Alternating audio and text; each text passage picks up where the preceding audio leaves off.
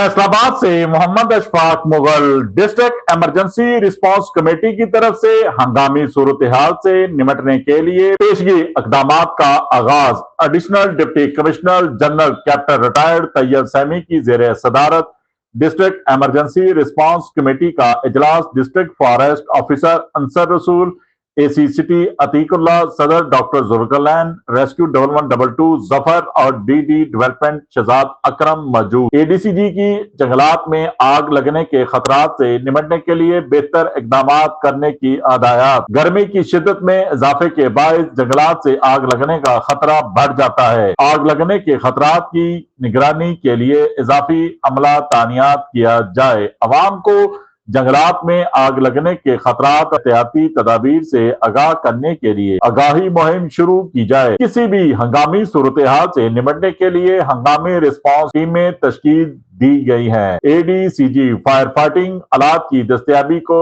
यकीनी बनाया जाए। देखते रहिए जीएस न्यूज। इस वीडियो को लाइक करें, हमारे चैनल को सब्सक्राइब कर बेल आइकन जरूर प्रेस करें